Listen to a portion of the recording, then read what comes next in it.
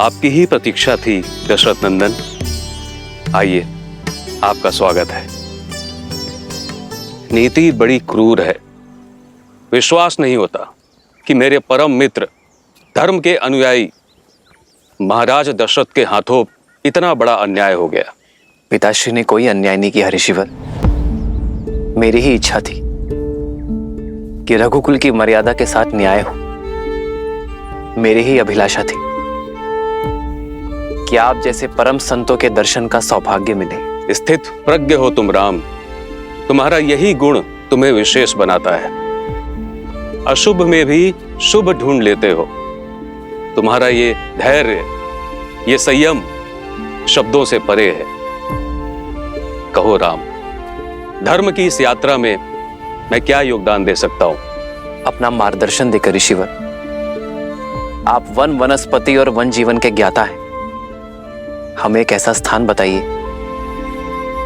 जहां हम 14 वर्षों का वनवास काट सके। कहीं और क्यों जाना राम?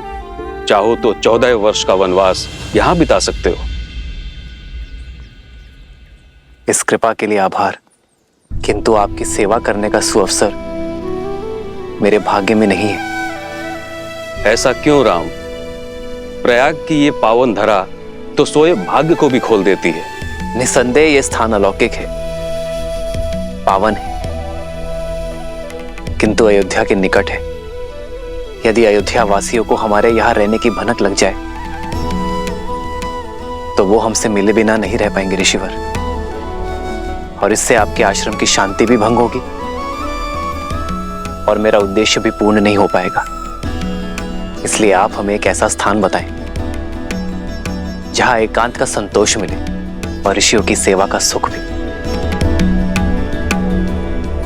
तो फिर दंडक वन की ओर जाओ राम, जहां तुम्हें ऋषियों की सेवा का अवसर भी मिलेगा और उन्हें सताने वाले, उनकी साधना में विघ्न डालने वाले राक्षसों के अंत का पुण्य भी।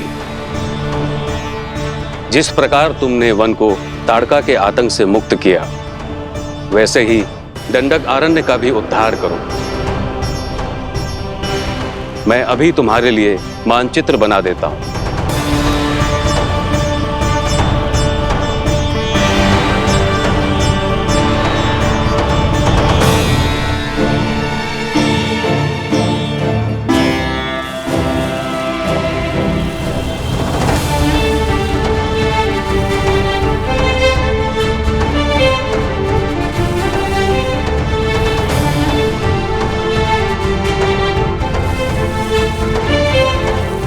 ये है प्रयाग, जहां पर हम अभी हैं। यहां से यमुना पार कर धारा के साथ दक्षिण पश्चिम की दिशा की ओर बढ़ोगे, जब तक नागरोधा वृक्ष तक पहुंच ना जाओ। वृक्ष की परिक्रमा करने के बाद तुम बाईं ओर जाना। फिर 2 पहर चलने के बाद तुम्हें ये नीला सरोवर दिखाई देगा। यहीं से फिर दक्षिण पश्चिम दिशा में कुछ कोस चलने के बाद तुम पहुंच जाओगे चित्रकूट, दंडक अरण्य का प्रवेश द्वार, जो यहां से 30 कोस दूर है।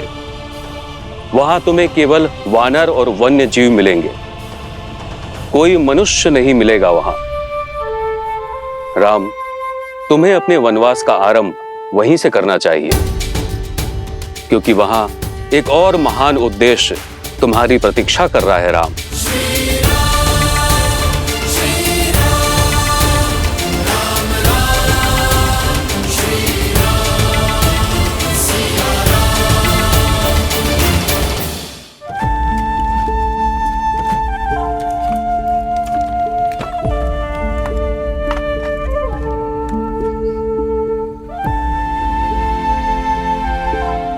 नौका तैयार है श्री राम।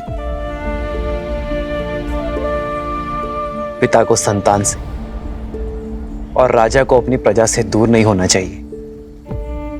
जाइए निषाद राज, आपकी संतान, आपकी प्रजा आपकी प्रतीक्षा कर रही है। हमारा साथ यही तक था। ऐसा ना कहिए। ये वन जितना सुंदर दिखत है, उतना ही जटिल और घातक है। हम यहाँ पले बड़े हैं, हमको आपका मार्गदर्शन करने की अनुमति दीजिए। हमसे यही सुख ना ही छीनिए श्री राम।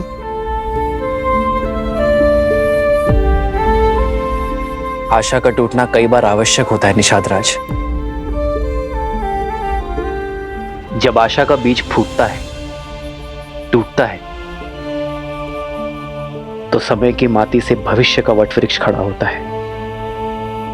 और फिर आपके लौटने में मेरा एक कार्य है जिसका आपको निमित्त बनना है। मेरा अनुज भरत शीघ्र ही अयोध्या का राजा बनेगा। और जब तक वो अपना साम्राज्य स्थिर ना कर दे अयोध्या की सीमाओं को, मेरे मित्र निषाद राज की निगरानी की आवश्यकता होगी। काहे इतना कठिन मार्ग चुन रहे हैं श्री राम? धर्म का मार्ग है निषाद राज, इतना सरल कैसे हो सकता है? जिस प्रकार भट्टी में लोहा तपकर और दृढ़ बनता है और सोना कुंदन, वैसे ही कठिनाइयां एक पुरुष को पुरुषोत्तम बनाती है।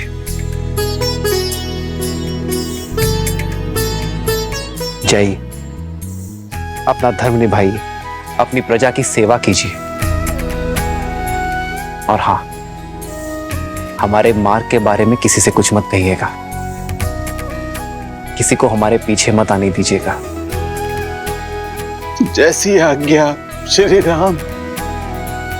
ये गुहा ना कोनो को आपके समीप आने देगा और ना आपकी अयोध्या के अपने प्राण देकर भी अपना वचन निभाएगा।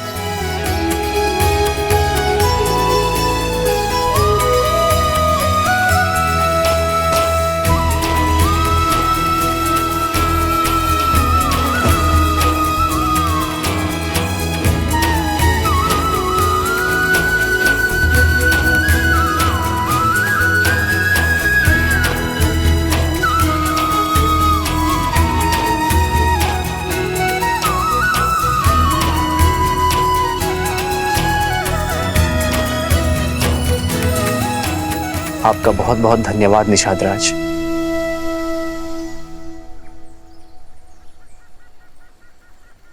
आओ सीता।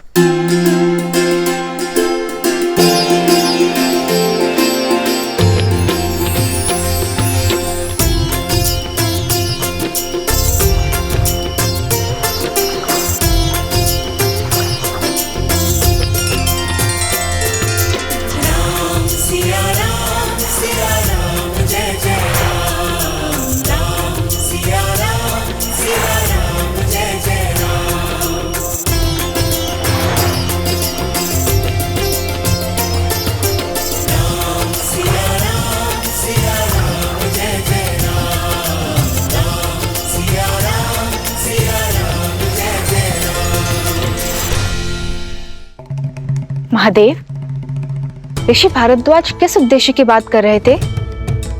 ऐसा क्या होने वाला है चित्रकूट में श्री राम के साथ?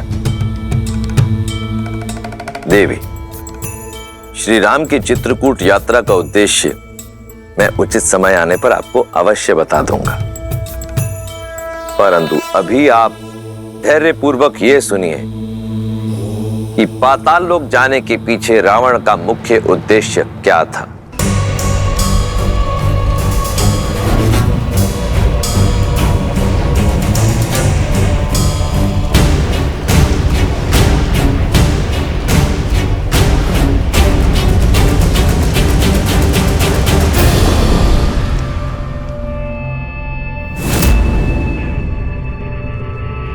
हम दक्षिण की तरफ से आक्रमण करेंगे। एकदम चुप कर।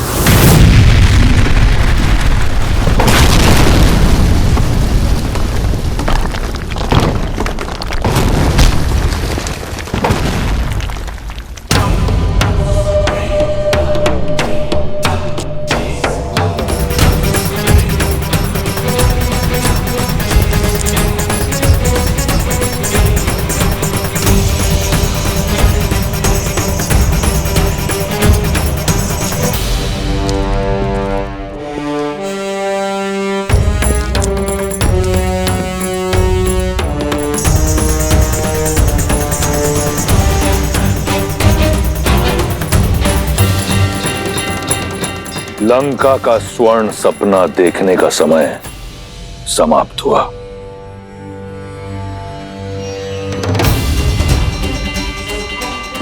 मार डालो इन सबको।